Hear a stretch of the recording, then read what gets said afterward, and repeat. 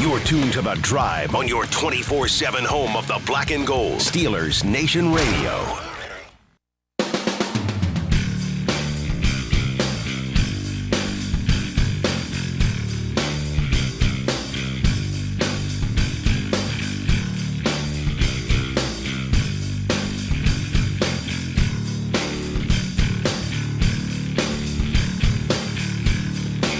Good afternoon, Pittsburgh. It's The Drive on Steelers Nation Radio on the Steelers Audio Network. Wes Uhler and Matt Williamson with you here for the next 2 hours on this Monday.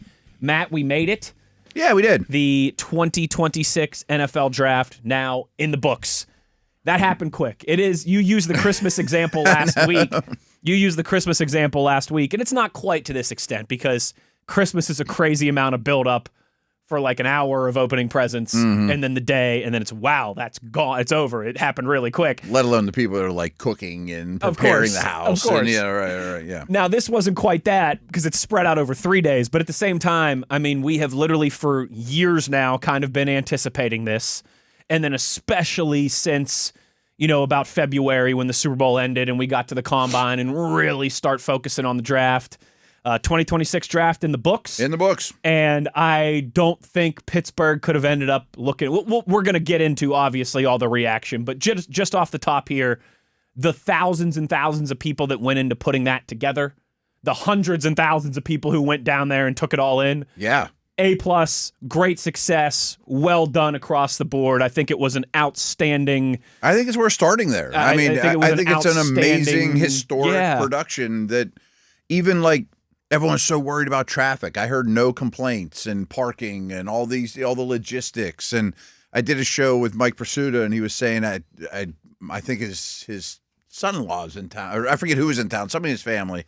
They're like, I had no problem finding a bathroom or a beer or whatever. You know, like everything went smooth, and the way it looked on TV was incredible. And they did things like lit the bridge depending on whose pick it was. I mean, like, very, very cool. I mean, the whole city should be proud. Absolutely. And it takes thousands to put something like that magnitude of event on from the Steelers, from the NFL, from city officials, and a roaring success, certainly. Like you said, Mr. Rooney seemed really pleased and proud, yes, too, he did. when we talked to him, too. Yes, he did. Yeah. As he should, because I'm sure no doubt. Him and everybody that works there closely with him were a huge part of this thing, too. Just the weather was okay on Saturday, but perfect on Thursday and Friday. The visuals were amazing. The way it all played out, like you said, I saw a report Saturday morning that there were not a single citation or arrest made Thursday or Friday. Oh, really? So I don't know if we went 3 for 3 and made it a clean sweep on Saturday, but for hundreds of thousands people in a big event like that, and we all know alcohol involved in things like that. Not a single citation, not a different single fan bases could have been clashing. Not or who knows, single arrest. And so, yeah, I mean, I wouldn't even say golf clap. Like, I'd say a full round of applause. Oh, yeah, standing O. To everybody involved there, and a pretty cool time, and everything that transpired there on those 3 days on the North Shore of Pittsburgh, Pennsylvania. I got to think that was a nice. I don't know where it'll go from here, Matt. I still don't think Pittsburgh's gonna host a Super Bowl or anything like that. No, that's a weather thing, though. I think the lack of the dome stadium, which none of us are calling for here in this town, and just hotels and all that stuff. But you know what? Events like this that aren't quite the Super Bowl, but maybe that kind of just next little half step down, maybe Pittsburgh could be in line to be involved with more things like this. Yeah, absolutely. Across more leagues and things like that in the future, because I certainly think it was a great success by everybody involved. Now, I mean, I know like hockey and baseball don't do it to the extreme, but you can still have a pretty cool event here for those drafts or whatever. All-star games. Yeah. That's a good point. Again, like, I don't think we're ever going to be a host city for the Olympics or the World Cup or something like that here, but qualifying certain things like that, I certainly think are possible. Baseball does things like the World Baseball Classic. Maybe there could be games here in the the tournament's been here, NCAA tournament's been here. Yeah. World Cup of Hockey that the NHL's been doing, all that different kind of stuff. I think there's a real kind of new set of eyeballs and opportunities for Pittsburgh in that regard, which is always awesome. I think it was super cool. For our region and everybody involved. Very cool, very well done. And now, Matt, we get to the part where we download. I actually said this earlier too. Like, so many people ask me, oh, you're going to be down in that madness, recording down there. I'm like, no, thank God. I'm going to the South Side. No one's going to bug me. By about Friday, I'm like, kind of wish I was down there. Maybe, yeah. It wouldn't be bad, right? Especially, again, with how picturesque the weather was the first 2 days. Same thing. I'm sure that doesn't surprise you. All neighbors and friends were like, where were you? You down there broadcasting? Leading up to it, I was like, no, thank heavens we're going to be on the South Side and, indoors, and we know where we're parking and all that stuff. But you're right. I did have a little bit of FOMO. I never got down there. Right? By the time it all played out. But the Steelers obviously were not just the host city and host franchise for this. They were a very crucial player, went into the draft with 12 picks. Ended up making 10 of those, Matt. Mm-hmm. Did we set the over and did we set the 9.5? I think was the over under. Yeah. Pretty good number by us there. And let's just take some time. Matt and I did have trades, a show. Right? 2 trades. Yeah. Yes. It wouldn't have broke my heart, and I know people weren't giving them out, but if you told me they made 2 trades, I would have been like, hopefully they got a pick for next year. And they didn't, but very few teams were giving those up. Yes, I think only maybe the Eagles gave up a top 100 pick for next year. It was the Browns, Minnesota for the trade. I know the Browns picked one up somewhere along the line. So maybe they got a third, but I don't think there was any first or second rounders from next year given out. I think just 1 or 2 third rounders, and then all later. That was stuff. For Grenard. That was Grenard. That was actually for a player. Yes. So 10 picks. We'll take the time here. We did obviously Matt and I had a show on Thursday and Friday. On Friday's show, we spent, I think, the majority of the first hour talking about Max Iheanachor, of course, the Steelers' first pick, offensive lineman out of Arizona State. But, Matt, we'll just kind of rehash it here. New week, new audience, everybody jumping back in. And I think I'll start where we started on Friday afternoon, and that was, listen, I understand the optics of what happened with Mekhi Lemon and why, as a fan, that's not what you want to see. Right. But I think the way it all played out might end up being a blessing in disguise. You and I were not crazy on Lemon. Now, that doesn't mean if the Steelers would have taken him at pick 21, I totally understood. Looks like they originally intended. Matt and I wouldn't be sitting here saying, oh, that pick stinks, we hate it. But we were not as high on Lemon as other people, I think especially you. And we're very high on Max Iheanachor. And obviously, it's easy to see how it all played out, and you still get a really good wide receiver in round 2, where that might not have been the case with an offensive lineman, certainly an offensive tackle, but it ends up being a guy we talked so much, speculated so much about, Max Iheanachor, offensive lineman out of Arizona State, 21st overall for the Steelers. I want to address the Lemon thing super quick because, and I know he's not going to go off on a tangent like, oh, that was terrible, but we interviewed Mr. Rooney, and I mentioned that earlier, and I knew this is a fact, but the way he said it, it was like, he's like, this happens all through the draft. I mean, you get sniped all the time. That's just how the process goes. And I even tweeted it after it happened, and I think anyone that listened to us leading up to the draft, I think it's a blessing in disguise. I mean, I definitely think the Eagles did the Steelers a favor when it's all said and done. Not only would I have taken Iheanachor there 10 out of 10 times, I would have taken Casey Concepcion ahead of Lemon. And I might have taken Omar Cooper Jr. ahead of him as well. Maybe. And especially after the podium. I mean, he's an odd dude. I mean, the Lemon stuff's some of the people that saw, like, after he got picked or went back and just seen his interviews, maybe he's a wonderful human being, kind of came around on, maybe he's not the worst guy not to be around. Yes. But this happens all through the draft over and over. All through the draft over and over. And again. And to think that they panicked is insane. Absolutely. They just went to the next guy. That was the one thing of all of it that if anything there bothered me, it was that. Yeah. Like the idea that they just got caught on auto draft like it was fantasy football. And it was just. Or guys, they just took the 10th receiver on the board. This is why Matt and I do the 21-person big board exercise a bunch of times ourselves. You have this all hashed out going in. They have this all hashed out because you can't, to use an analogy, you can't get caught with your pants down in this process. I got so many tweets like, Omar got caught with his pants down. He didn't know how to react. I'm like, they knew exactly how to react. They got this sniped. happens over time. That part you can absolutely say. That's right. The video's out there. The proof is in the pudding. But that usually it's just not on video. That doesn't mean they just threw their hands up and went, oh crap, just pick this. Take anybody. I don't know what to do. Yes, That's not, of course not. They went right back to their big board and they said, okay, Lemon's gone. Yeah. Where do we go? Bang, here's our next guy. 2 weeks ago, they might have been fighting in the room if it comes down to Lemon and Iheanachor, who are we taking? Because they definitely had this conversation. They built a board as well. And maybe 49% of the room said, I want Max. 51 wanted Lemon, so they went with it. Or the final decision makers went with Lemon, so they went with it. But it could have been close to a tie anyways. And again, just not to refer to it too much, but the interview we did with Mr. Rooney, he said, if I would have bet when this day started, or when day one started, what position were we going to take in the first round? He said, I would have bet it was an offensive lineman. It wasn't like, oh no, I guess we'll take an O lineman. And that's where you and I were as well. Mm-hmm. And some people, in terms of the listeners, loved it. Some people weren't fans of it. Some people wanted the wide receiver in the first round and then go from there. Just take the best wide receiver available and then we'll figure out everything else. And I know that's fun, and you've seen the highlights and right. Listen, I don't think that is terrible logic. Or if you were somebody who wanted a wide receiver in the first round, I don't think you're crazy. But I do think the way it played out and how the board looked in the second round and what was still available there at the wide receiver position versus particularly the offensive tackle position. Right. I mean, people are like, well, Pregnon was still there or whatever. But guards are different. You got a guard later in the draft, and Pregnon fell more than we all thought or whoever. The tackles you had to pick from, if it was Lemon and tackle, there's no way I would trade Bernard and Iheanachor for that. You got to get Troy Fowler. You can wait on Zach Frazier and get lucky, and he's still there for us at pick. Was that 51? I think the Steelers picked that year. 52, right in that range.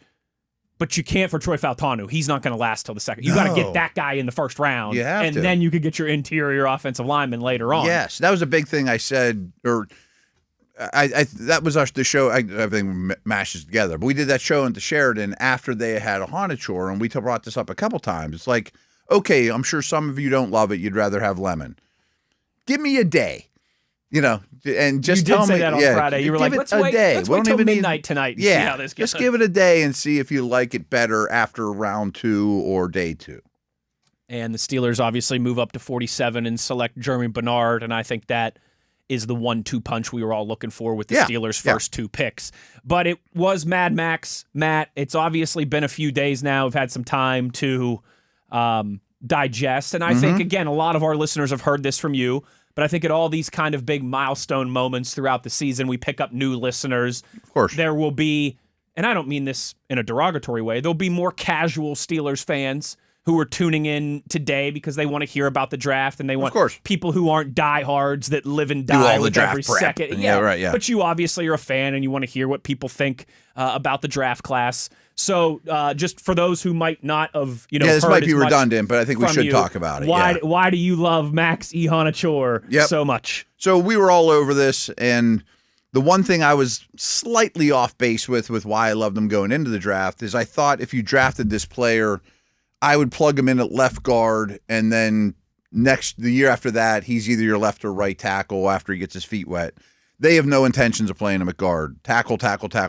Okay, so that's a small thing that I kind of got wrong, but so what? It doesn't mean I dislike him anymore or that would influence my pick one bit. I ran to the podium. The best way I can describe what he brings to the table, and I'm stealing this from somebody, and I wish I remember who I heard it from. I listen to so many podcasts. He moves like an elite tackle. Now, elite is a big word. I do not throw that around very much. I'm on the radio a lot, and I do not say that word about players very often. But he has movement skills like a Hall of Fame type guy in terms of power, balance, quickness, ability to redirect, when things to recover. Like those guys rarely look bad, but when they get out of position, they can quickly recover, or didn't expect that guy to cross my face, or those type of things. And people will say, but yeah, he's so raw. Yes, he is in terms of not playing football his whole life. But he does have, 32 career starts or 31, something like that. He's played a lot of football. 32 career starts or 33 at It's Arizona over 30. State. And they're all at right tackle. They're all at right tackle. Yep. And not every one of those reps is wonderful, but he shut down Bailey, and there's not Malachi Lawrence. Yes. Good one. And he does some things that maybe need refinement, like the way he carries his hands is real high. I don't know if they'll want him to change that or not. A lot of guys are hitting from low to high nowadays. Okay, yeah, but where I do see some rawness is his footwork. It would not also uncommon for a guy coming in the league, even if they've played a ton, and just like recognition stuff when they're going to blitz them, stunts, because that's just lack of playing or familiarity with the sport, comparatively speaking. Athletically, though, and even mentally and fundamentally, the athletic stuff is an A+. I mean, it's as good as you're going to see, basically. I mean, it's at the same level of, just if you're grading them, different style player, an Alt or somebody like that. I mean, if there weren't questions, if he'd played tackle his whole life, he's going in the Joe Alt neighborhood. Mm-hmm. I mean, he is very, very gifted. I have been thinking about this a lot in the last 24 hours or so, but you and I spend a lot of time, you and Dale did the same. Moats and I had these conversations talking about how defensive line in the NFL has a real advantage over offensive line. Across the board. Across the board. Yes. The defensive linemen right now in the league are just velociraptor, apex predator athletes. Insane. And just watch the combine, folks. And there's not as many of those, nearly as many of those on the offensive line as there are on the defensive line. Right.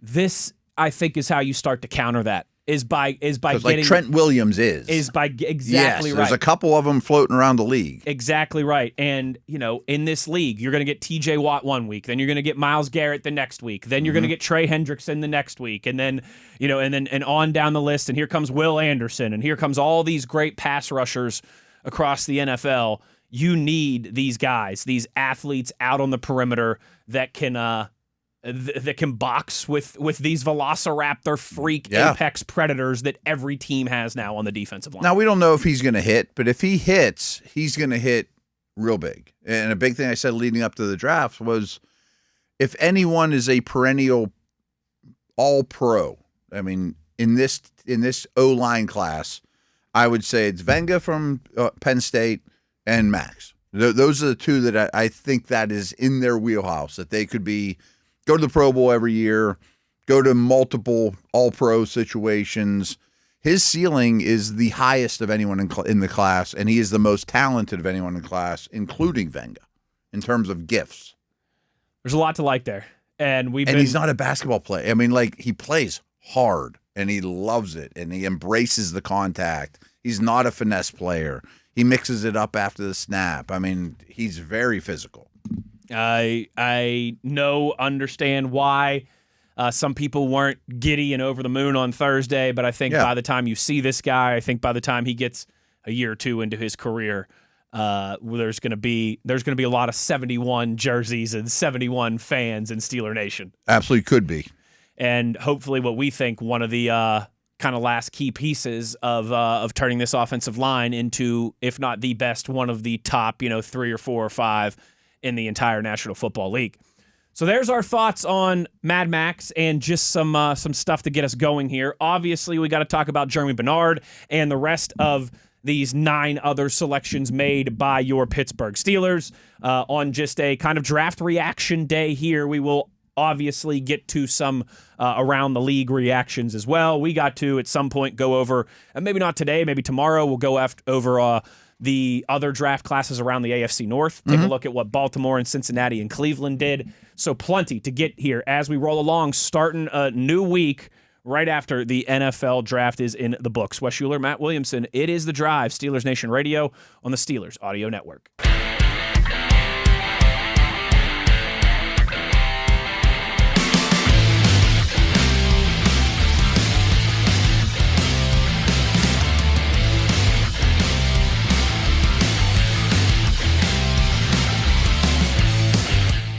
The draft is in the books. We are here reacting on The Drive on this Monday. Uhler, Williamson, we got our guy TV with us, of course, as well, doing the video production on the YouTube side of things. TV put out some really cool shorts and some really cool videos of our reactions on the Steelers YouTube. Make sure you're checking those out, showing some love, and making our guy look good in the process, all right? Into day 2 here for the Pittsburgh Steelers. And Matt, I think the way that you and I would have signed up for it is you get the offensive lineman. We would have signed, I think, in blood for Venga or Mad Max at pick 21. And then you go get a wide receiver in round 2. And we talked a lot about how, hey, at 53, there'll certainly be options there, but you might even have to move up a little bit. You got the draft capital to do so, and the Steelers did do so. They moved up 6 spots from 53 to 47 to nab Jeremy Bernard, wide receiver out of Alabama. And it wasn't a real costly move up. I think it's a smart move. Assure that you get your guy. And I like it. I like it a lot. And I hate using terms like he's NFL ready, easy transition to the league, because transition to the league is really hard. Sure. It's just really hard. But I think immediately he projects as your number 3 and is a very safe, reliable glue guy that does all the little things you want. Enjoyed talking to him. His parents were super excited to be here too. And he's slot and outside. As you know, I mean, the Bama season didn't exactly go swimmingly, especially late in the year, but they featured him more and more and more, and he was one of the guys that elevated those around him as opposed to the other way around. Blocks like crazy, good body, not the hugest guy in the world, not the fastest guy in the world, not the best separator in the world, but does all the little things, continues to get better, has plenty of carries in his career too. I've heard Deebo Samuel comparisons, which is too harsh. I mean, that's you're not going to structure a rushing game around him in any way. Sweeps and all these things. Yeah, and Deebo's harder to get on the ground, than Bernard. But he's real good with the ball in his hands, breaks tackles, runs away from people. Doesn't help your explosive situation as much as you'd like, but in terms of number 3, I think that's exactly what you're looking for. Now, I just want to make sure I say this. When they drafted him, when we were on the air, after it sunk in a little bit, I thought, this is one of the best guys you can get in this area of the draft to set you up to take the home run pick at wide receiver with the neck, somewhere else. The Hurst, the Lance, the Bell, somebody that might be coming off an injury. Mm-hmm. They never did that, which I have a problem with. But that's not his fault. Right. Right. That's not his job. Correct. Right. Yeah. Correct. And we got a bunch of tweets about, like, would you have taken this person here or somebody else on the board? Or this person here? And it's very tempting to look at some of those 3rd-round picks that the Steelers made. Yeah. You could have had a Ted Hurst in there too, but that's not the way that things played out. That was one of the appeals, though, to me. It was taking Bernard. Is okay, you got the nice, safe guy that does project as your number 3 right now. Now you can roll the dice on your 4th receiver in the room, Yes, absolutely. And so I know too that Caden Wetjen and Eli are kind of listed as wide receivers too, but we don't think that that's what they were drafted to do for the Steelers. But we'll get to them momentarily. But yeah, I like everything about the Jeremy Bernard selection. He was fun to talk to for us down there on Saturday. I thought it was really liked cool. all the young men we spoke to. Same. We got all the day 2 picks we got to talk to. If for those who weren't listening to our wall-to-wall draft coverage, shame on you for 6 weeks. But of course. One thing that I really liked that Jeremy Bernard said was he talked about, hey, like, I played for Alabama. Big brand, massive fan base. They expect you to win. Now I'm a Pittsburgh Steeler. Big brand, massive fan base. They expect you to win. Like, they don't have losing seasons, and I know what that's like to play for a team like Alabama, to play for a team like the Pittsburgh Steelers, where the expectations and the attention are much greater. And I liked him kind of acknowledging that right out of the chute too. And I like the cut of his jib, and I think he's going to be. I think he's going to be ready for everything that comes with. Let's face it, playing for one of the most scrutinized franchises in the NFL. I mean, the Steelers are much like you did at Bama. Right. You win and you get a little credit for it, and yay. But if you lose, the sky is falling and you stink and get rid of everybody and blow it up. Sure. We got to be in the Super Bowl every single year, just like Alabama wants to be in the national championship every single year. I think that stuff's real. I do too. Yeah. I do too. I liked him kind of stating that in our interview with him. On to still day 2, but round number 3, pardon me, where the Steelers made a trio of selections, kind of in a lot of different facets of the roster there. I think the first one was a little bit of a surprise, Matt. It was. Not because the player ending up with the Steelers and Drew Allar, maybe a little bit more so. I don't think we all thought the Steelers to go quarterback with their 3rd pick in this process. Mm-hmm. I think we thought almost certainly the Steelers would take one somewhere, but they end up taking one pretty early in the third round, 76th overall, Drew Allar from right down the road in State College. Yeah, and I didn't like this pick, at the time, or mostly because of what you left on the board. Like I would have taken Ted Hurst. Ted Hurst was still there. There was a handful of other. Yeah, there was 4 or 5 very attractive options that I was excited about at the time. Now, we've talked it to death about should you take a quarterback or not, and how can you develop Howard and a rookie at the same time, and I think that's a challenge in itself. But I also think Allar will greatly benefit, most likely, from spending a year with Aaron Rodgers. I mean, no one better to sit around and just absorb everything that you're going to be in the quarterback room with him. I think there's distinct negatives in terms of the player. The accuracy is poor, and this is swiped from somebody else, but it's accurate that his accuracy when throwing to a moving target is particularly bad. Well, wide receivers don't stand still. Very rarely. Yeah, right. So we'll get to that. I also don't think he has a great feel for the position, in the pocket and sensing pressure and how you got to change throughout the course of the game and accuracy and layering throws, when to throw a fastball, when to take something off of it. But I want to be as objective as I possibly can and think, okay, well, what do they like about him? And anyone can see he's big and strong and looks the part, and that's a trait. I mean, if this was a 6'1", 190-pound guy, I'd be losing my mind. Sure. You know what I mean? Yeah, and I do think he's a good athlete and a good runner, not as good as some people tend to think. I mean, if I hear Josh Allen again, I'm going to lose my mind.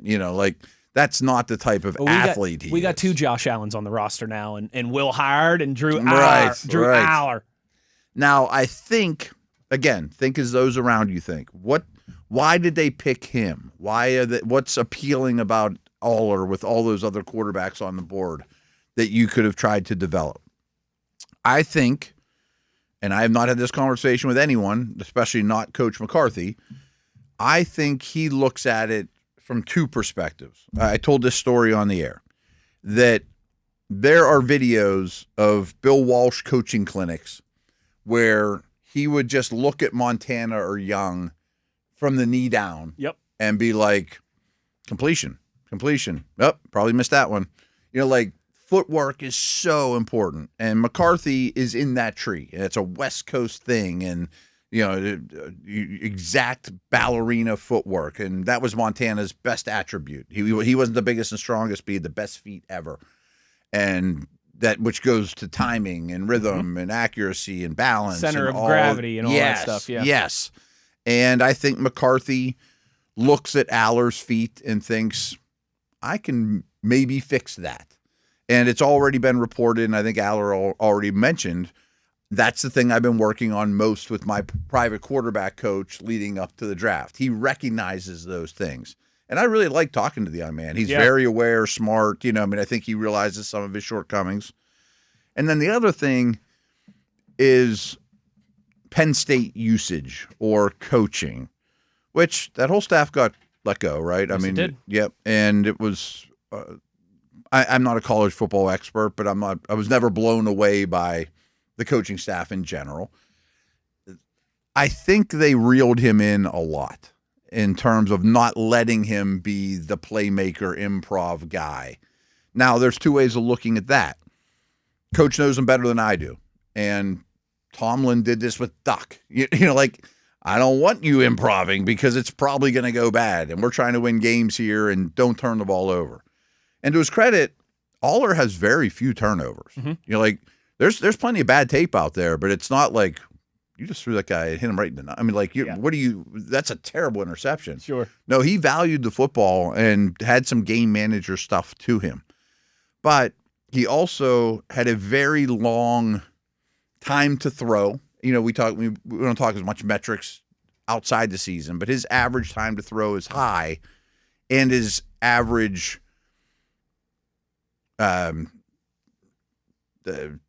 down the field. His average yards per attempt. yards per target was really low. So you would think if he's holding the ball at the college level, at least he's driving the ball down the field and, high ADOT.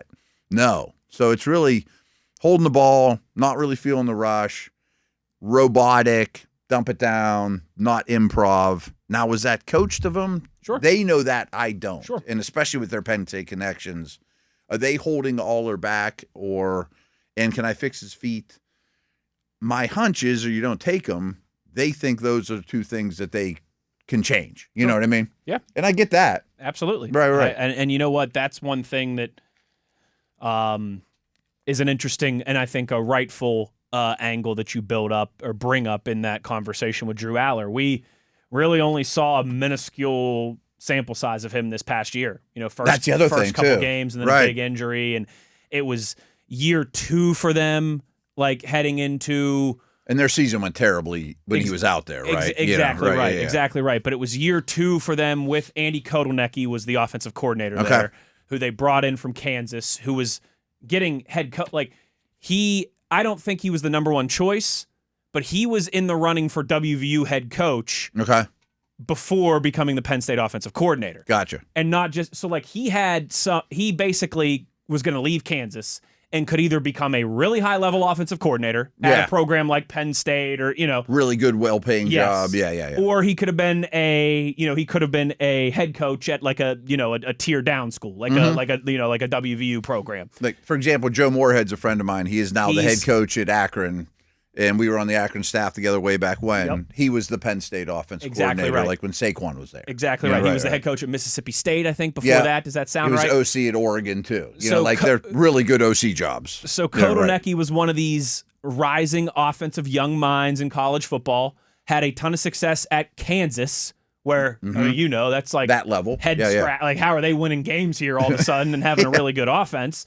And so he ends up being the Penn State offensive coordinator, and it was like a coup for them. We thought this guy was going to be a head coach somewhere. He's going to be an OC, and it just never ended up panning out how anybody expected it to. And so that was one thing. A lot of the Penn State and Big Ten people that I trust were like, hey, if you go back and look at the first 3-4 games this year, the play calling is atrocious. We have no clue what they're trying to do or ask him to do, or they're running 4 verts from – it's 3rd and goal at the 6-yard line. I have not broken down the scheme, wide receivers but people I trust have verts. said this scheme is not putting the quarterback in a good spot to succeed. Yes. I think that's undeniable. And another thing... That's just the conundrum with Drew Allar currently. Exactly. So he apparently is very smart and studious and all those things too. But Chris Halleck's much more of an Allar believer than I am. I did a podcast with him leading up to the draft. And next time we have him on, I'd like to hear his side of it. Maybe we'll do that this week, yeah. Yeah, because it was... I came around on Allar a little bit after a half-hour conversation with Chris, and the other thing he said is a lot of what you said schematically there of not putting him in a really good spot to succeed, and their receivers were really bad. I know it's Penn State, and you would think, wow, even their receivers are better than a lot of the quarterbacks out there had to play with, Vanderbilt or whatever. Sure. But they're pretty bad, and they really didn't help them at all. No, if you look at the playmakers, if you will, the wide receivers and tight ends. It was Warren a year ago, and everything was manufactured for him because they had nothing else. I mean, they did so much gadgety tight end stuff just to get Warren the ball, and then they didn't have him. Right. As opposed to, you look at like Ohio State, who's pumping out first-round wide receivers every single year. So just but he a lot. Had very little at that spot. A lot to consider and ponder there with the selection of Drew Allar. Again, I would have went another direction. He was not super high on my list, but I get it. Yeah. And again, if he hits, all this is So, side note too, another show I did. I will never give like an F grade to drafting a quarterback because you got to keep taking bites. You know what I mean? You got to keep casting that reel out there and hoping you get a nibble. I'm more of a believer that you take one every year than, we'll take one once in a while. And you mentioned Pursuta a few minutes ago. Him and I were on air together one of those days before you got on. It must have been Saturday. Maybe it was because you were on Wall to Wall Saturday. Saturday was Wall to Wall. Yeah. Maybe it was the other one took me an hour. But it was some point when Pursuta and I were on, and I don't think you were on air. Yeah. And I basically was like, the conversation you and I have had before. Hey, Look at the Garoppolos and the Brissetts and the guys that the Patriots flipped for first and second round picks during the Tom Brady era. Look at the Matt Hasselbecks and the Mark Brunells that the Packers flipped for first round picks during the Brett Favre era. It's good. It's smart business to take a quarterback almost every year. Yeah, I mean, if you're the Bills or Chiefs or Ravens or Bengals that have an elite guy in his prime, take another one. You know Chiefs did it too with Nuss. Yeah, that was a weird situation, but still, right? Yeah. So there's some thoughts on Drew Allar and Jeremy Bernard. When we return, we'll close down the first hour. We will continue to react to the Steelers' 10 draft selections made over the 3 days of the 2026 NFL Draft. Wes Uhler, Matt Williamson. It is The Drive, Steelers Nation Radio on the Steelers Audio Network.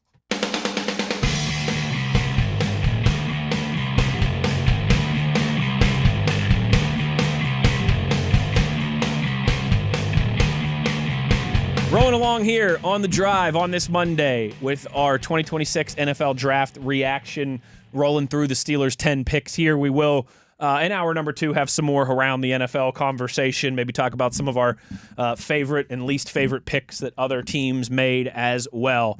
But, Matt, we continue to roll along here. Second rounder, pick 2 of 3 in round 3. The Steelers nab Dalen Everette, cornerback from Georgia.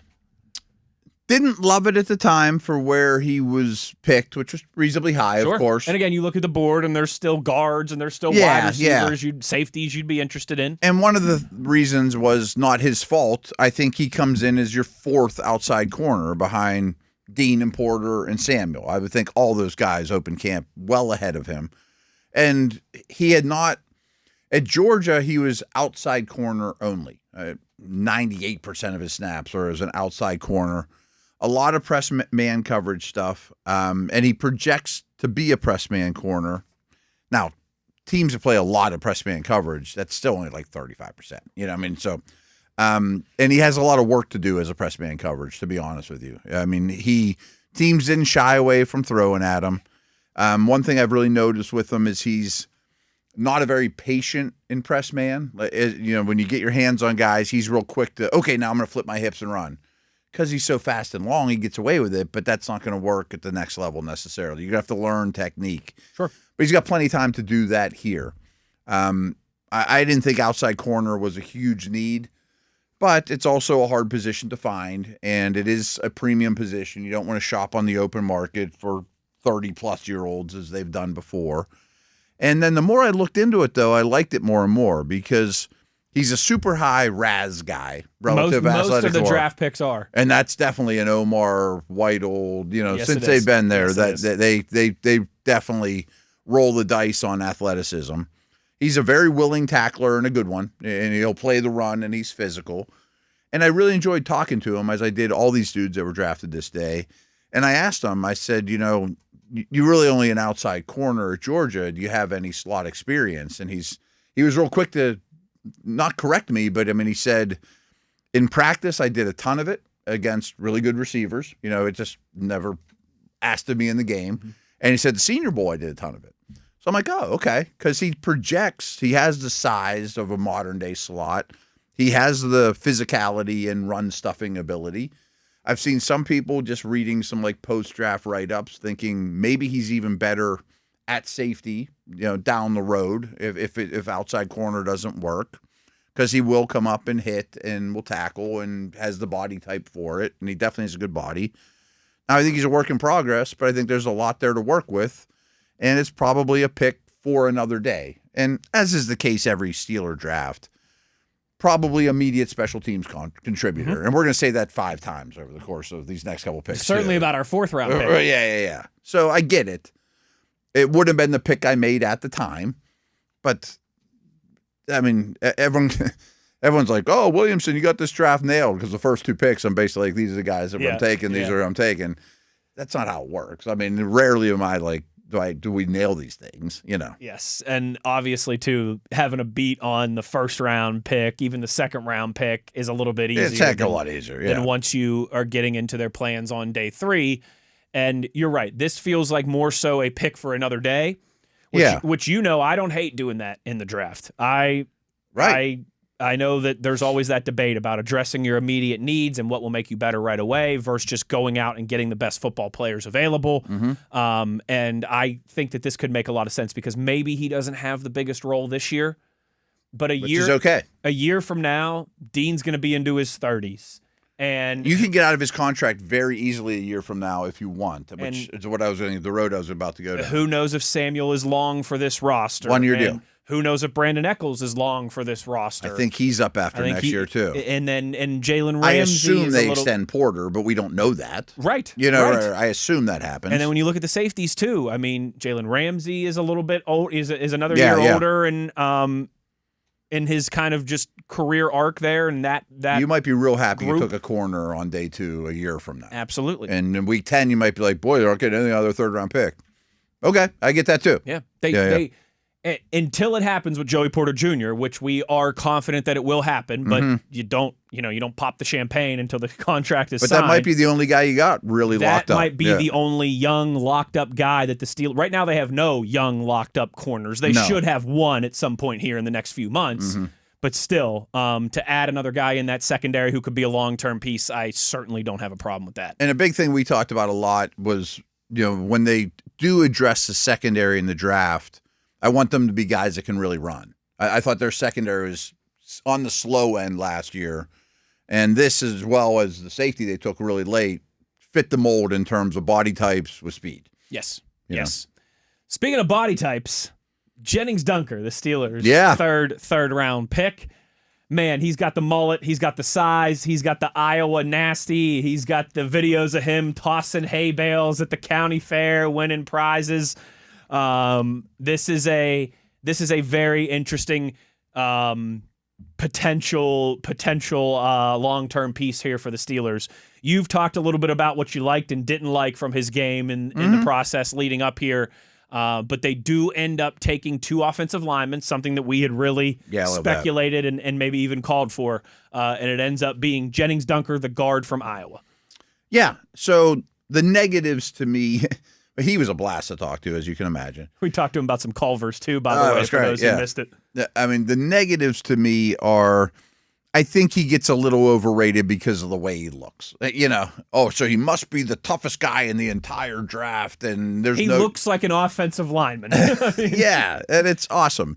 And he was a blast to talk to. And one of the things that really stood out to me that he talked about was like real self-aware. Like people. He was a tackle at Iowa, and I forget who asked him. But you can play tackle too. He's like, oh, I'm not athletic enough to play tackle next league. Yes, he said that. I mean, more or less, he basically said that to us. Like, maybe he could get you out of the game, but he's a guard, folks. Yes. Don't think all of a sudden, yes. And he knows it. And there's times he's on the ground more than I would like, which lends to balance and athleticism issues. He can get over his skis a little bit. Some of it's because he's overly aggressive and trying to bury people, which you love the mentality. I love the mentality. But I definitely think he'll be in the starting left guard conversation probably right off the bat and easily could win that job, which is great. I don't think his upside's incredibly high, but I also think coming from Iowa, not the helmet scout, I trust those dudes to transition well and not bust out. Rarely do guys with at least the baseline level of athleticism and traits that have his mental makeup, toughness, smarts, etc. They usually make it. It doesn't mean he's going to be. Doesn't mean he's going to be a Pro Bowler. I'm not saying he's going to be Faneca and DeCastro rolled into one, but they usually make it and last. So I love all that part of it. He will bring some attitude to the line. I'm not implying he's a terrible athlete. I mean, for a tackle, he's not a tackle athlete or length. But a lot of the zone stuff they did, remember, Johnson was a big zone runner at Iowa. He looks very athletic, out on the move, elephants on parade, that type of thing. And you mentioned this, I think, I get my wires crossed, but all of a sudden, they've got like 10 offensive linemen that are 25 or 26 or younger. Yep. All of whom aren't throwaway dudes at all. Some of them, Max, Frazier, Troy, could be like the best of their position if they all hit. I think they're going to be the envy of the league. It's a big thing I've been saying because it's the hardest position to have what they built there in terms of depth, youth, talent, and don't forget that Andy Whitehall came from the Eagles. It reminds me of like the Eagles lines that he left, of what they could be. They could be the best line in the league 1 year from now. Yep. You know what I mean? Especially if Dunker's like your weakest link. Yeah. Yeah. You know what I mean? Like, that's a really enviable offensive line. I think other than elite quarterback play, obviously, of course, right. Elite offensive line play is the thing that is most scarce across the National Football Hardest League. thing to build, for sure. And when you consider what the Steelers just brought in with their staff, too, with 3 or 4 accomplished offensive line coaches on that staff, I think it's an exciting time for that whole unit, inside to outside. We're going to have to wait and see how it all shakes out. Where exactly does Max fit? I don't know where all these guys are going to play. Where does Max fit? What does that mean for Troy? What ends up happening with your guards? You know, how does someone like a Brock Hoffman play into this equation? A new face, Jennings Dunker, a new face. But it's going to be a lot of fun to watch it all play out. And yeah, if you want to have one too many at any position group, it's offensive line. Exactly. And I love their mentality about that. I'm talking about the front office and the organization as a whole. Since Omar's been there, I always felt they were an O-lineman or too short before that. Now they're plentiful. Last year's the only time they didn't, but they also didn't have a second-round pick and had hit O-line really, really hard before that. And you can trade these guys. You know, you're going to need the depth. And maybe most importantly, if you're drafting a quarterback the first round next year, he's going to be real happy to go behind this young line. Absolutely. Yeah. Absolutely. And I think that's the most encouraging part. Whoever the next quarterback is, Will Howard, Drew Allar, someone who's still in college football. Someone they trade for or whatever. Right. Yeah. It's going to certainly be a welcome sight for them. And Aaron Rodgers is going to like it. And I think Aaron Rodgers, in the meantime, 40-something-year-old quarterback, you're happy with. Long as that all plays out the way we think it's going to, I think he would be a fan as well. That's an hour in the books, another hour to go. We will take a look at the Steelers' Day 3 picks when we return to kick off hour number 2, and then we'll continue some draft reaction, look around the league. What are some other picks we liked from some other teams, didn't like from some other teams? Plenty more to get to as we roll along here on this Draft Reaction Monday. Wes Uhler, Matt Williamson, it's The Drive, Steelers Nation Radio on the Steelers Audio Network.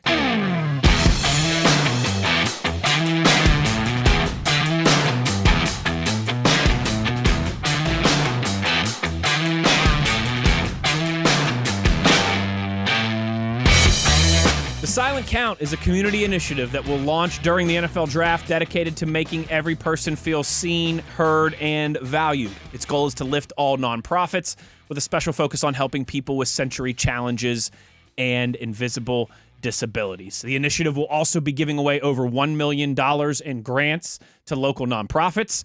A couple of their first-round picks here are, of course, the Mel Blount Youth Home, a first-round pick for intercepting the lives of at-risk youth.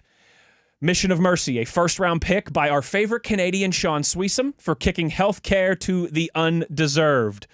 The Ryan Shazier Fund for spinal rehabilitation is a first-round pick for helping people with spinal cord injuries fight back. And, of course, Casa San Jose. That's a first-round pick by Omar Khan for leading efforts to support our Latino communities. To learn more about all of these organizations, make sure you visit thesilentcount.org. Wes Uhler, Matt Williamson here. It is The Drive as we continue to react to everything that transpired with the Steelers. On to Day 3 here, Matt. And a very intriguing draft pick for a lot of different reasons. And Caden Wetjen, the wide receiver, but more so kick return specialist out of Iowa. He's won the Jet Award the last 2 years in college football, which is given to the best special teams returner in all of NCAA. Yeah. He's won it 2 years running, 6 return touchdowns over the last 2 years.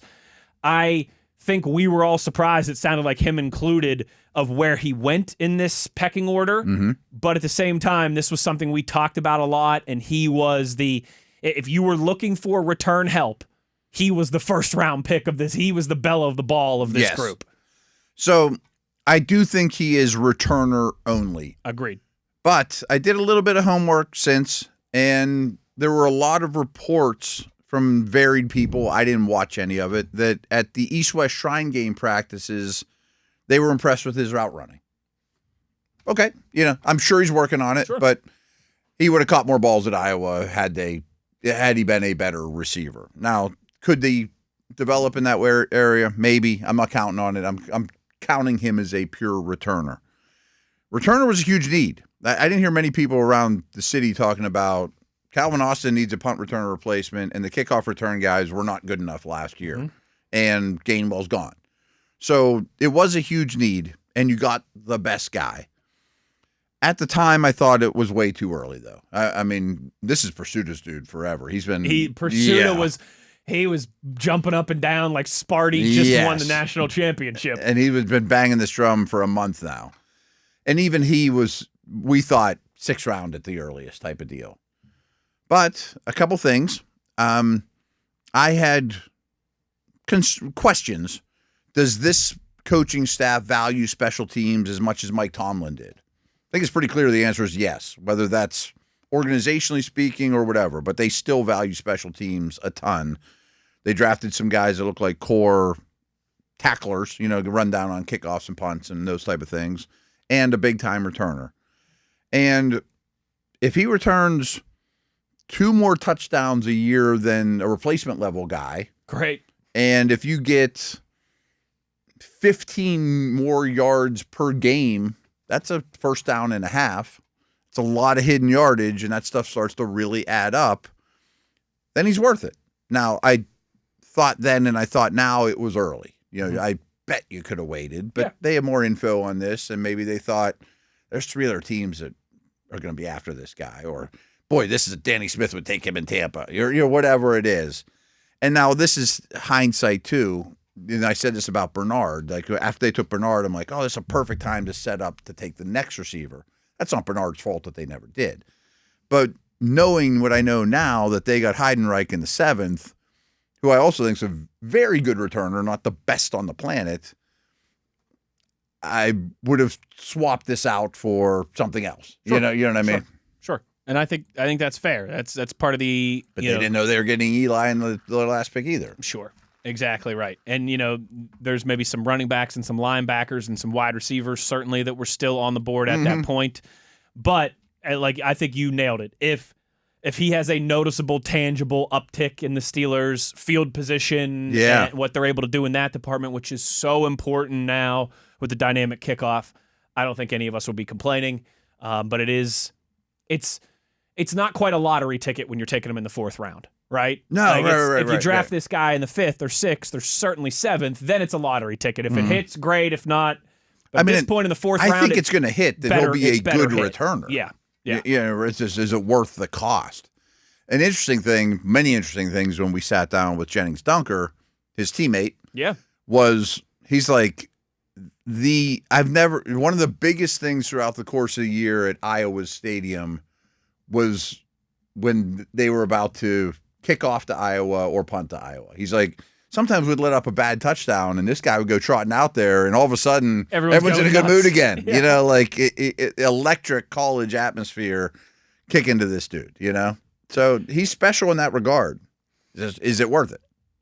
We shall see. Yeah. Into the 5th round. Matt, I think you all throughout this process were banging the drum for Mad Max, and you got your guy. Mm-hmm. I, all throughout this process, was telling everybody they're going to draft an Indiana guy at some point. Oh, yeah. Because that's what Omar Khan has always taken, a guy from the national championship team. Last year, he took 2 in Jack Sawyer and Will Howard. This year, it's Riley Nowakowski, fullback, tight end, H-back, some Connor Hayward vibes here for the national champion out of IU.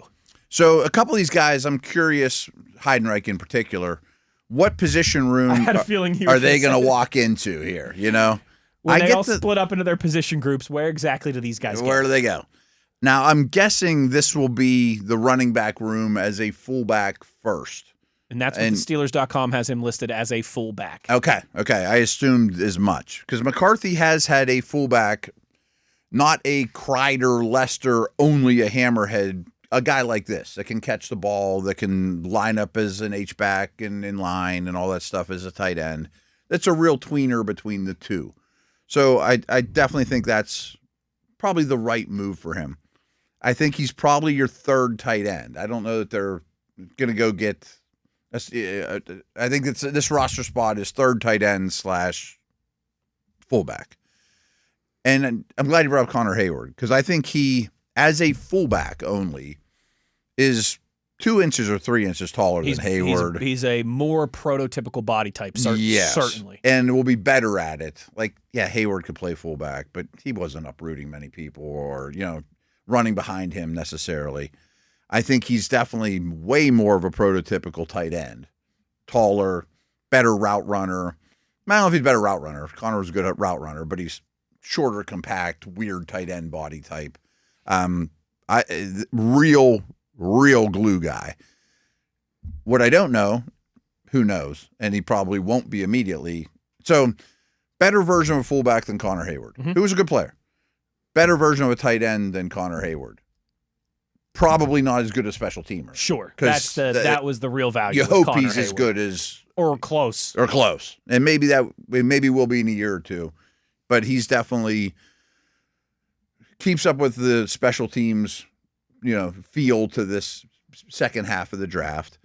And I also think that Coach McCarthy, every time he's at the podium, mentions versatility. Yeah. And that's going to be a trend with a couple of these guys.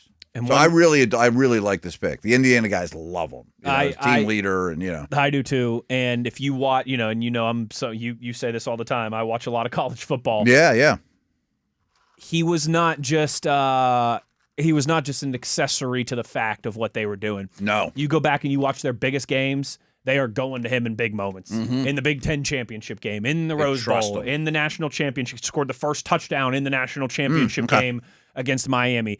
They trust him. He was not just a piece out there. He was someone that they went to in big moments in big games, and I love that. Yeah, and they had plenty of options and were a really good team, No, so I like that pick a lot. Into the 6th round, it's Gabriel Rubio. He's listed here on Steelers.com as a defensive end. I think he did more tackle, nosy-ish stuff at Notre Dame, but a big defensive lineman from the Fighting Irish here in round 6. Yeah, so one thing I think is clear is our conversation about do they want old school noses or not. The answer is no.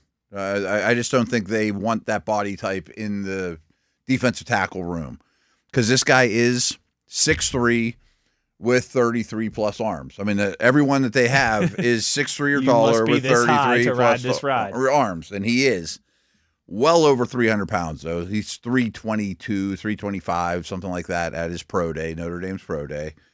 My hunch is he's much more of a nose than a 3-4 end, whether they list him there or not. But all these guys are D tackles, so I don't even know about that.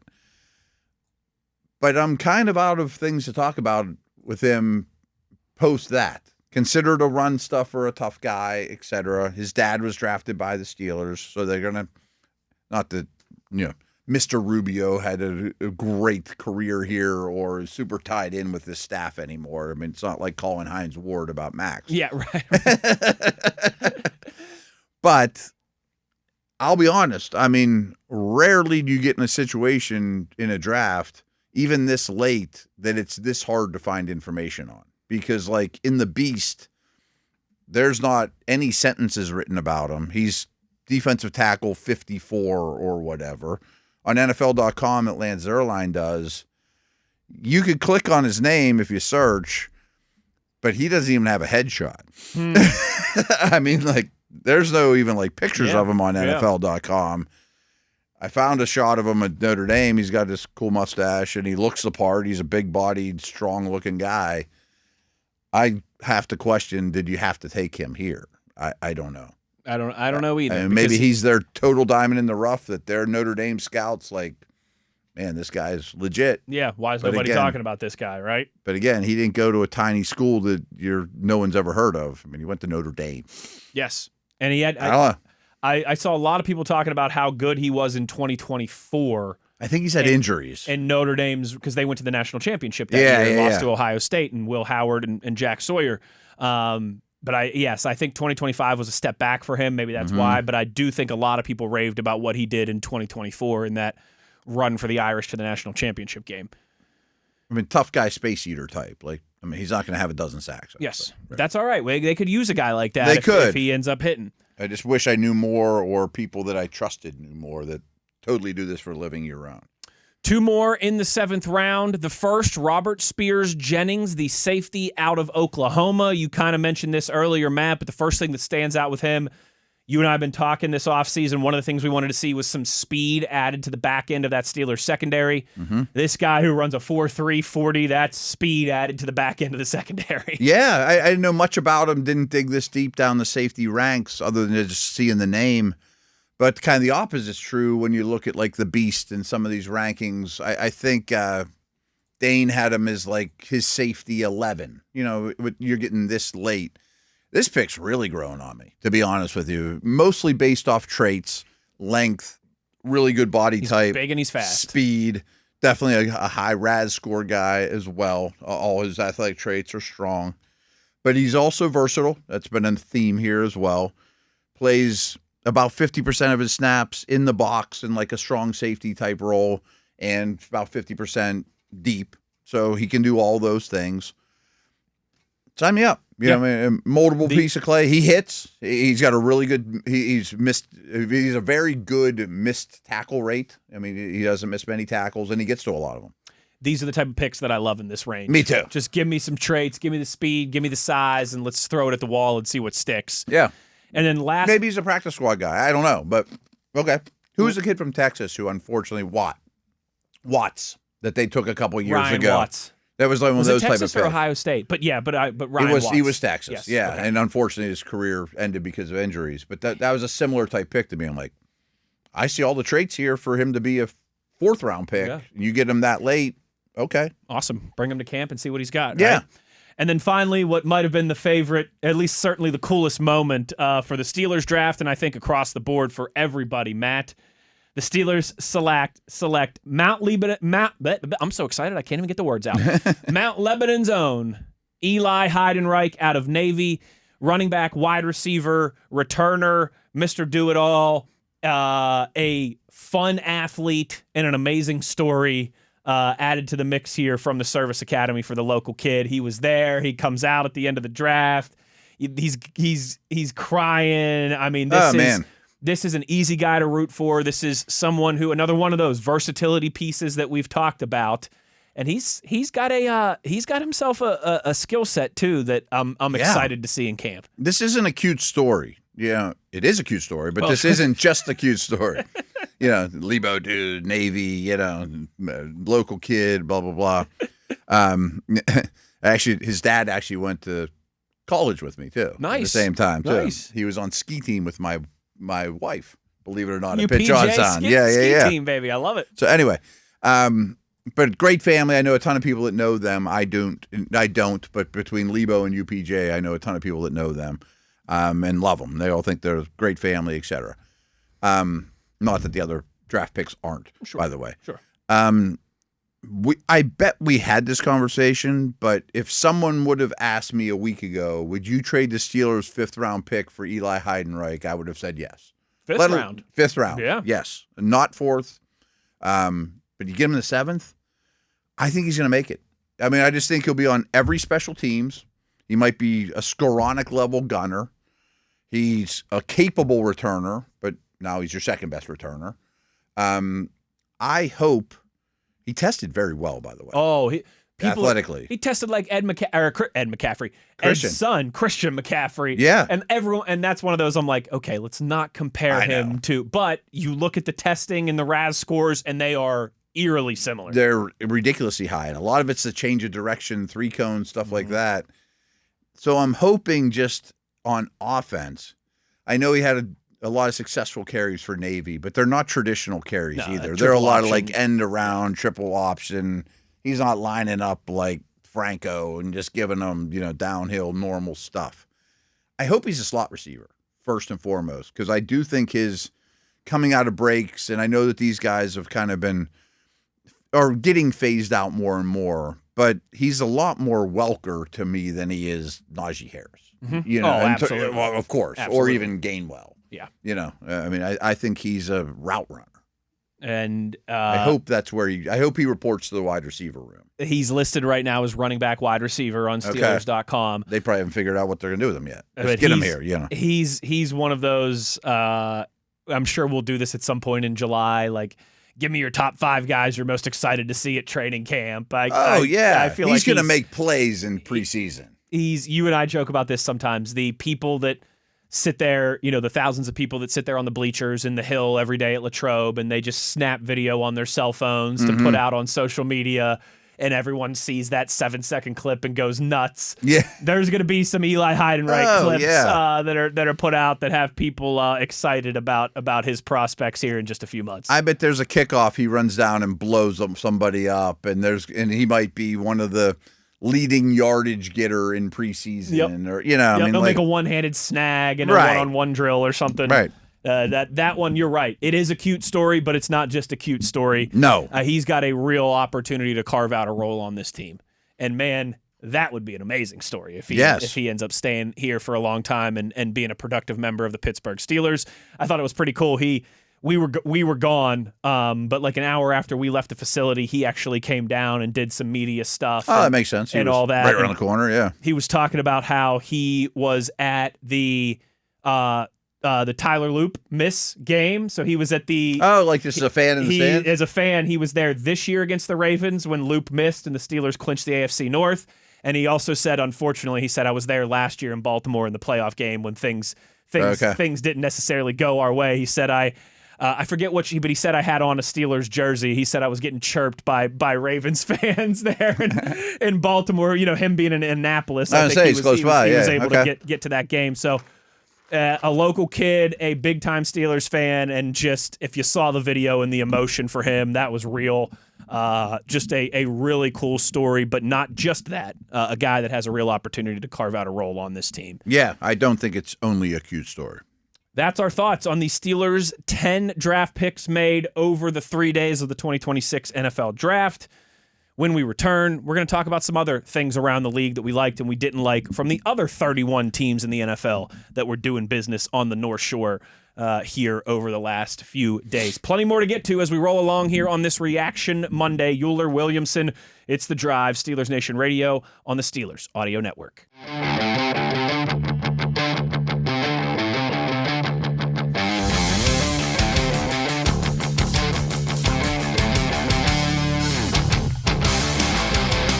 You know what I just realized, Matt Williamson? What's that? I forgot to do our second-hour intro in the last segment. Ah. I just came back like it gung-ho, like it was any normal segment, all excited to talk about these Steelers guys. But good evening, Steeler Nation. How you doing? Well, that's good. Us too. Let's take a moment. We are going to get into some tweets, obviously, because I bet there's a bazillion. I think we got about 1.5 million tweets in the last few days.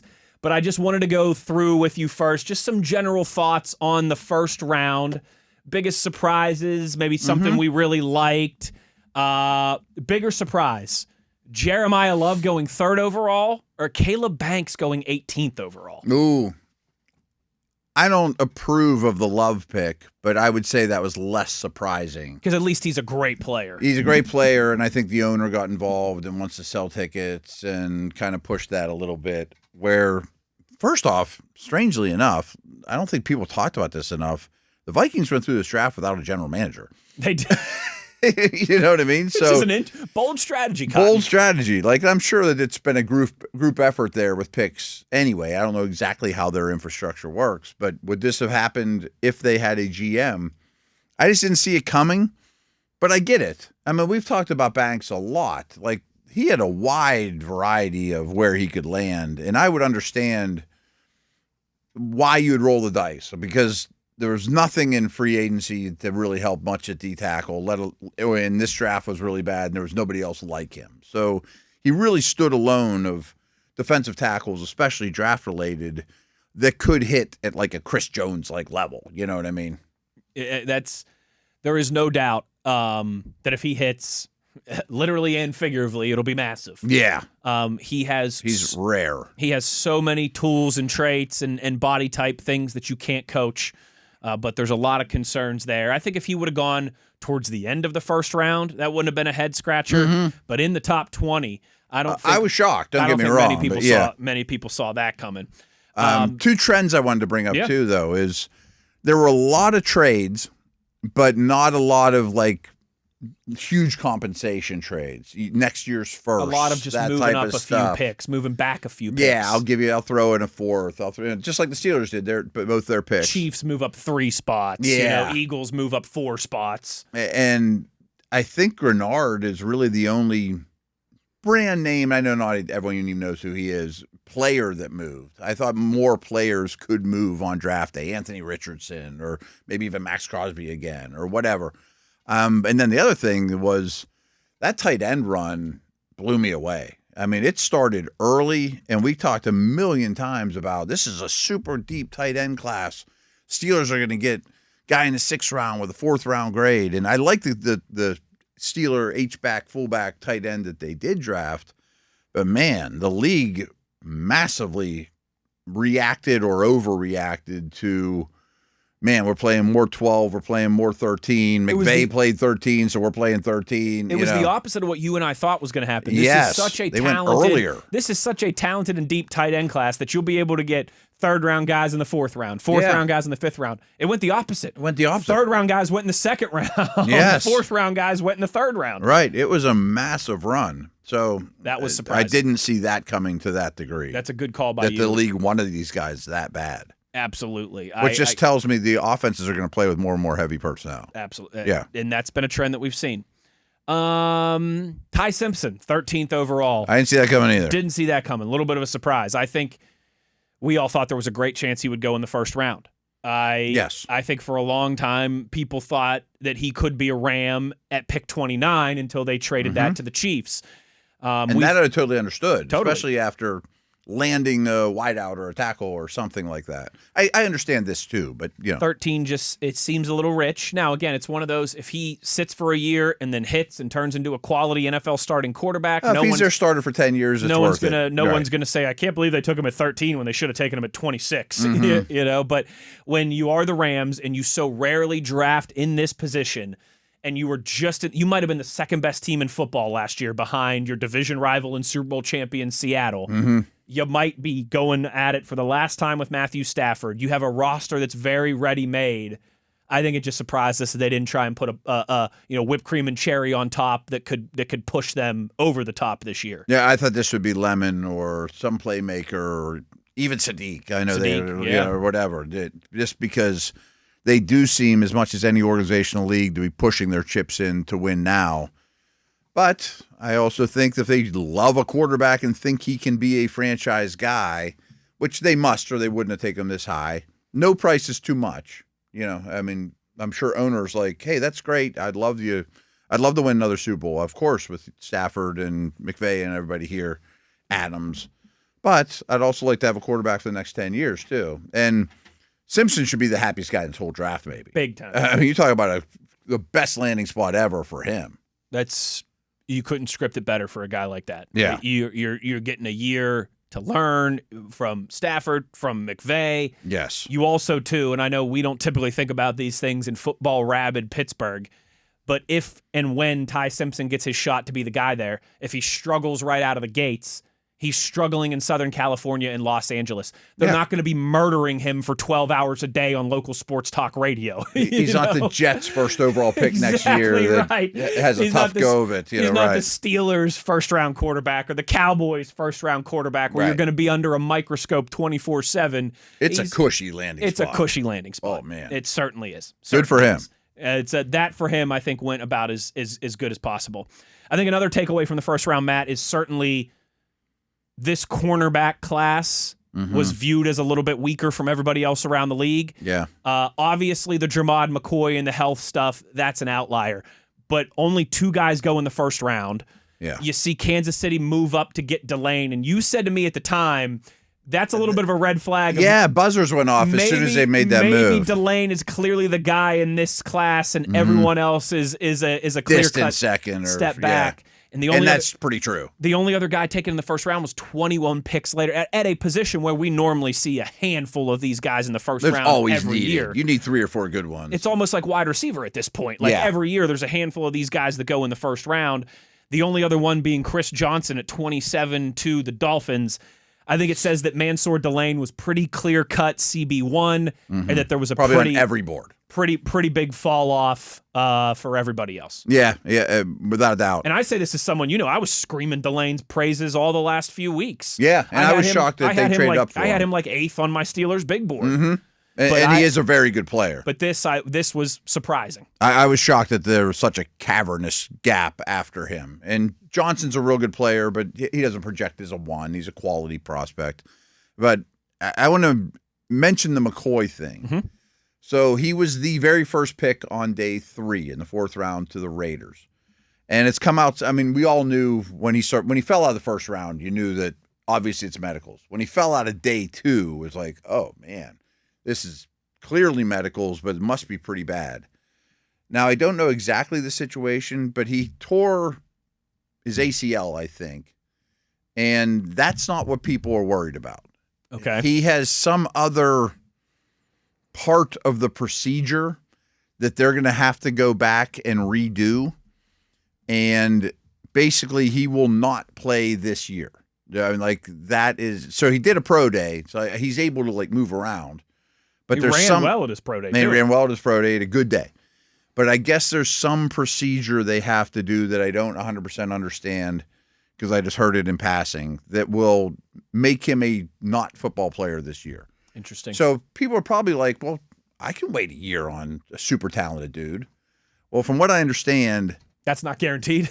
There's a 50% chance that it works and he gets back to being himself, and there's a 50% chance he never plays again. Oh. Which is horrible for the young man. Especially when you consider it wasn't even a football. He was lifting it was a weight room accident. Yeah, it wasn't even on the field. He didn't have it on the field. It happened in the weight room in a lifting session. Yeah. So that's so unfortunate for that guy who is crazy talented. Exactly. But that also now makes sense why he fell to the 4th round. You can't draft a guy who might not, no matter how good you think he could be. A bone plug. That's what TV just sent us, which I'd never heard that term before. Yeah. Which makes me think it's not. If it's something that you don't hear ever, that means it's probably pretty rare. Yeah. Which means it's probably not great. There's concern about a bone plug that was used to repair a cartilage defect in his knee. So, from what I understand, he basically has a 50% chance to play next year. And a 50% chance to never play that's again. That's the end of his football career. So, if you're the Raiders and you can wait on that, great. I think that's a risk worth taking there. Absolutely. But for everyone that thought, man, you should have taken him instead of Allar or in the 2nd round, I can't do that on a coin flip. Right. Absolutely not, especially when it's not like the Steelers are starving for defensive back help. You know what I mean? Mm-hmm. You can always add more there, and they did in the 3rd round, but it's not like, oh, man, we have to get this guy because he needs to hit, and we're starving at this position. And if you did, you'd need him to play now anyway. Right. So that one makes a lot of sense in hindsight. There's always things like that. Boy, I hate that when you hear those things for the kids. There's always 2 or 3 medical things that come out after. It's like, I wonder. Man, I really feel bad for the dude. I wonder if we'll hear something similar about Nuss here in the coming weeks. I kind of get that feeling. Him falling to the very end of the 7th round. And Burks, too. Yeah. I mean, Burks went really late to the Colts. Last thing that I wanted to run past you, Matt. We talked about how could this be maybe, a year that has the largest ever gap from the first running back taken to the second running back taken. We talked, hey, could the second guy not go until the 3rd round? Well, he ends up going at pick 32, and it's Jeremiah Love's teammate, Jadarian Price. We know the Seahawks need running back help badly, and they didn't have a ton of draft picks. I think they only had 4 in this year's draft. Mm-hmm. But taking one in the 1st round was surprising. It was very surprising, and I think their GM even came out and said, "Yeah, we looked to trade back, didn't have a suitable deal, so we didn't, and we're very happy with this young man, but realized it was basically, understood the complaints of this is, this was early, but." Walker's gone. Charbonnet got hurt very late in the season, and it's a substantial injury. So Price walks right in as your number 1 running back. It's a great spot for him. Great spot for him. I mean, it's good for fantasy and things like that. But another note, the running back class outside of these 2 really reflected what we thought, that it was not great, and those guys fell too. Even Washington is backing up Genty now. Like, people didn't look at anyone else as a starter. No, it's almost like the Delane conversation. A little bit. You take Love out of the mix, but then it's like then there's another clear cut too. Everyone else might not even be a starter. A interesting few days around the league. Here's what we're going to do. We're going to take our last break. Tomorrow, we're going to deep dive some more into some other picks made by teams. Maybe the best picks made by each team and that type of thing. And we will, very interesting draft in Cincinnati and in Cleveland and in Baltimore that we'll kind of comb over and dissect tomorrow. But you know how we're going to get out of here when we return for our last segment. We're going to hit some of your tweets. As many as we can get to in the time that we have. You know where to get at us if you want to get involved. Williamson NFL, at Wesley Uhler for me. You can also leave comments on our YouTube videos daily. We'll get into your reactions before we get out of here. Wes Uhler, Matt Williamson, it is The Drive. Steelers Nation Radio on the Steelers Audio Network.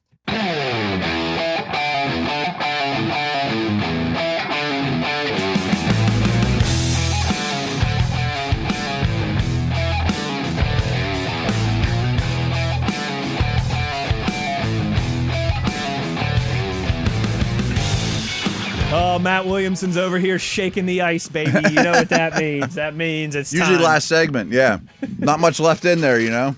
It's like Robert Plant shaking the tambourine. I fill it up? Nah, not worth it yet. Yeah, I got one more segment. I know the good stuff's coming down the line here. Let's get to some of your questions. Great questions. I'm so excited. I'm having trouble speaking today. Let's get to some of your questions, comments, concerns, and reactions for a few minutes. I bet there's plenty. There are plenty. RJ says, now that the draft is over, are there any free agents still available that would interest you guys at positions the Steelers didn't address in the draft?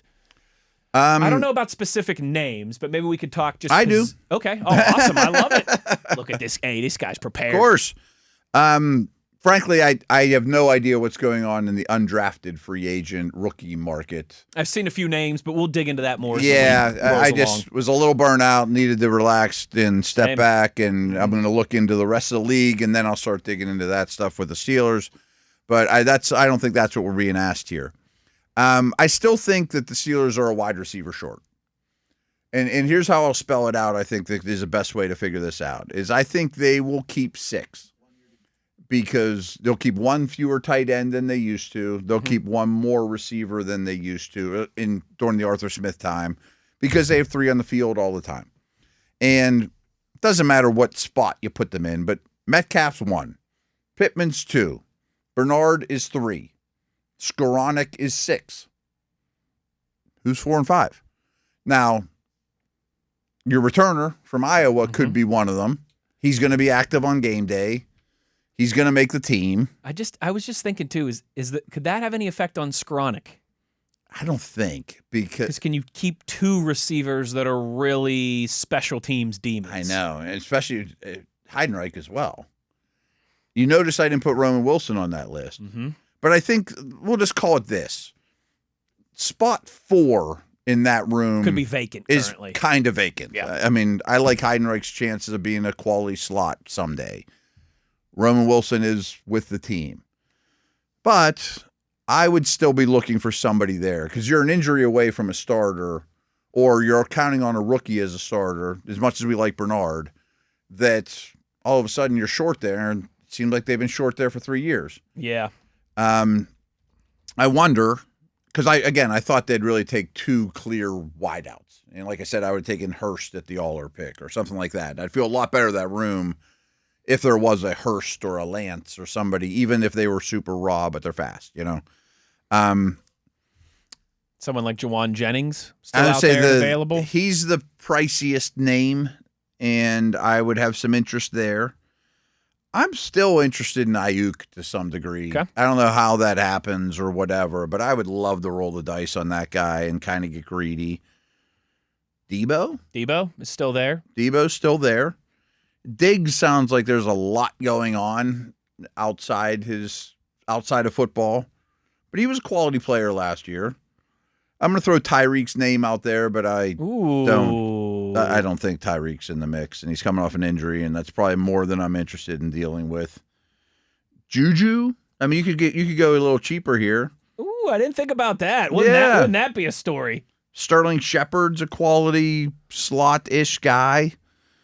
And I'm just scrolling the names here down a little lower. I mean, there's the Scotty Millers of the world that are still out there.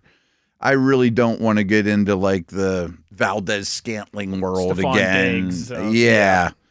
But one name I thought was sort of interesting is the Patriots are going to trade for A.J. Brown and probably trade Keon Butte.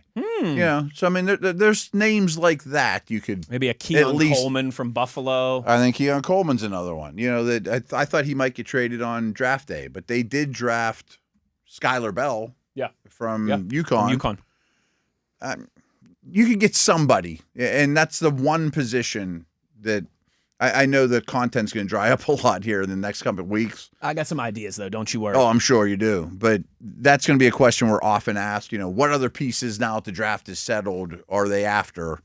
I would be kicking the tires on one more wideout. That fourth guy in the room / third guy in the room. The only thing I would add to that is I think depending on how they feel about Malik Harrison, something you and I have speculated on a few times, maybe linebacker. That shoe could still drop. Yeah. That's the one I'd be keeping an eye on, too. And maybe use that to sign Jennings. You know what I mean? Right. There you go.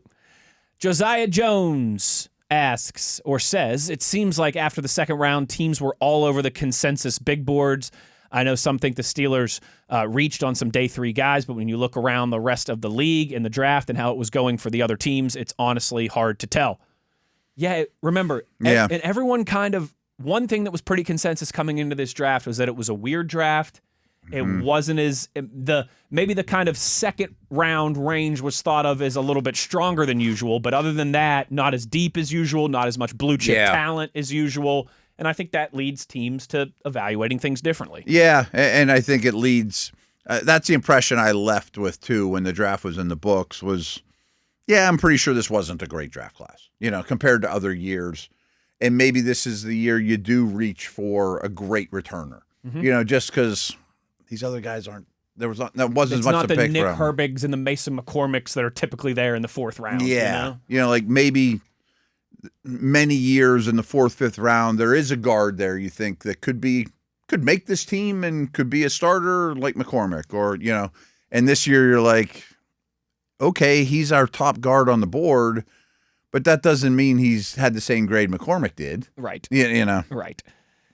T-Mac tweets and says, it would be some work, but do you guys have any interest in doing a redraft with who you would have taken on the board when the Steelers were picking? We talked about this a little bit earlier today. You could probably swing it. I would keep the first 2 rounds the way that they stayed. Yes. Maybe you start with day 3. And then you got Mac. Hey, that might be a fun exercise, like Thursday or something. I was thinking about this morning. It would be easy for me to say, with the first pick in the 3rd round, I would have taken Ted Hurst. Second pick in the 3rd round, I would have taken Pregnon. 3rd pick in the 3rd round, there I'll nab Drew Allar. Yes. Because you still get your guard, but one that I think has a little bit higher of a ceiling, and you would add another quality wide receiver to the fold. And I respect the idea. But you can really cheat. That's the thing, because too. You know the answers to the test already. And like, I can wait to get Pregnon. It's an easier time, exercise. You don't know that. Like, who would have thought that at pick 100, Jermod McCoy would still be on the board? You know what I mean? Like, and I'm not giving you a hard time, but like you said, I'd grab Allar with the 3rd or 3rd round pick. What if he wasn't there? He might have gone the pick after. I mean, there might be a reason they took him there because they thought he was going with the next pick, and he might have. You can't just assume, well, I didn't take him here, I'll give him the 5th round. Agreed. It's a convenient hindsight exercise, certainly. I would have to try to be in the mind frame I was when they were on the clock, which to me, I would have taken Hurst.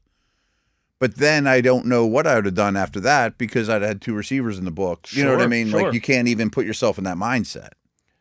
Yoy Machine. Yoy. Double Yoy. Says, looking at the roster post-draft, tight end looks like the easiest path for a UDFA to make the team.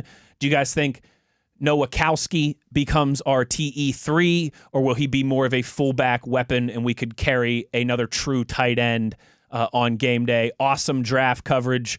Matt put in some work. Hey, I mean, so did I, Yoy Machine, but Matt certainly did too. We all did. That's part of the process, baby. I think Nowakowski's going to be active on game day, your 3rd tight end, when we make final cut conversations, even if they call him a fullback, it'll be just like Hayward minus the Jonnu Smith aspect of it, because that John. So if you looked at last year's final 53, if you took Jonnu Smith out of the equation and made him into a wideout, I think it looks like that, because Hayward can do several things. I think Nowakowski can do several things. But I also don't think you're wrong either, that if there was a impressive UDFA or a tight end that's 6'5", 245, prototypical size that you picked up at league minimum when camp opens, they could make the team. Yeah. Maybe not at Nowakowski's expense even. And you know what? There's still some guys like a J.J. Galbraith that'll be back in camp that I'm excited to see what they're working with. Yeah. Rob on a different show today had brought up a couple of those type of dudes. I forget the O lineman he mentioned that ended up playing on the practice squad all year that almost made the team, There'll be a couple of those. Oh, I remember this guy from last summer, and he did some good things. How often do we say, like, okay, he wouldn't make my final 53, but I hope he's here next year. I hope he's here next year. There was another one of those. There's a couple of those guys. Heindenreich types, who was like the running back wide receiver last year. I'm drawing a blank on his name now. Yeah, real similar. Him and J.J. Galbraith. I forget a lot of those names now, but they'll come right back to us when we get close to camp. Mini camp, whenever they hand us that roster. Like, we'll be like, that guy. I remember that guy.